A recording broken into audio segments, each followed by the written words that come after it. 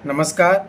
जब हमको कुछ तकलीफ़ ऐसी होती है कि हमारे हार्ट में कुछ दिक्कत हो रही है, जैसे चलते समय आपको चेस्ट पेन होना, साँस फूलना, चक्कर आना या पल्पिटेशन होना या और कुछ कारण जिसमें हमको कोई तकलीफ़ हो रही है, तो उसको हम कैसे पता करें कि ये प्रॉब्लम हार्ट का है कि नहीं है? अब उसके लिए हम क्या करते हैं जनरली, तो ईसीजी करते हैं। ईसीजी में पेशेंट को लिटा के हाथ पैर में लीड्स लगा दी जाती हैं, जिससे हार्ट के अलग अलग सेगमेंट का इलेक्ट्रिक पोटेंशियल दिखता है कि वहाँ पे बराबर इलेक्ट्रिक सप्लाई हो रही कि नहीं हो रही है। उसी के साथ साथ ये पता चलता है कि वहाँ पे ब्लड सप्लाई बराबर हो रही कि नहीं हो रही, दूसरा हार्ट का रिदम कैसा है, या आपको हार्ट अटैक आके तो नहीं गया है। तो जनरली हम कभी कभी ईसीजी जब करते हैं तो नॉर्मल आता है। अब नॉर्मल आया लेकिन हमको पेन चलते समय हो रहा है, तो इसके लिए रनिंग ईसीजी किया जाता है, जिसको ट्रेडमिल टेस्ट बोलते हैं। ये देखिए चेस्ट में लीड्स लगी हुई हैं और पेशेंट को ट्रेडमिल पे चलाया जाता है। तो पेशेंट ने चलना चालू कर दिया। अब यहाँ पे जो उसका ईसीजी का पोटेंशियल है वो चलते समय मॉनिटर पे दिखेगा कंप्यूटर पर, जिसमें डॉक्टर को पता चलेगा कि जो पेन हो रहा था उसको चलते समय, उसका कारण क्या है कि हार्ट की मांसपेशियों में खून की सप्लाई बराबर हो रही कि नहीं हो रही है।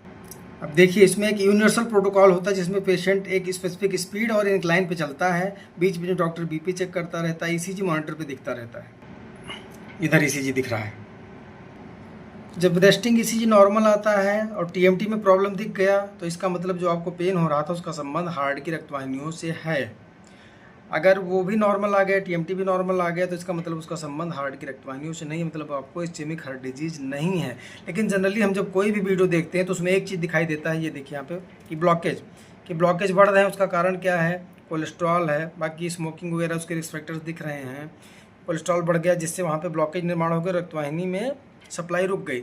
जबकि सबसे बड़ा झूठ है, कभी भी ब्लॉकेज रक्तवाहिनी में ब्लड सप्लाई को नहीं रोकता है। ब्लड सप्लाई रुकती कब है? देखिए यहाँ पे क्या लिखा है, ब्लड क्लॉट, कि यहाँ पे रक्तवाहिनी फटी और खून का थक्का बन गया तो सप्लाई स्टॉप हो गई। इसे बोलते हैं कि अटैक आ गया।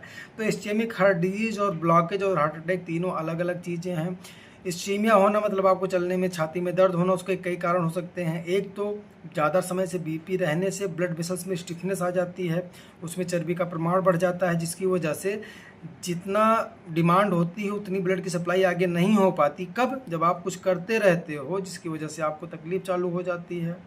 अब उसमें डॉक्टर जनरली क्या करते हैं, कुछ मेडिसिन चालू करते हैं जो ब्लड वेसल्स को फैला देती हैं, जिसकी वजह से आपको पेन नहीं होता है, लेकिन वो उसका परमानेंट सोल्यूशन नहीं होता है। अब इस्चेमिक हार्ट डिजीज केवल हार्ट में होती है क्या?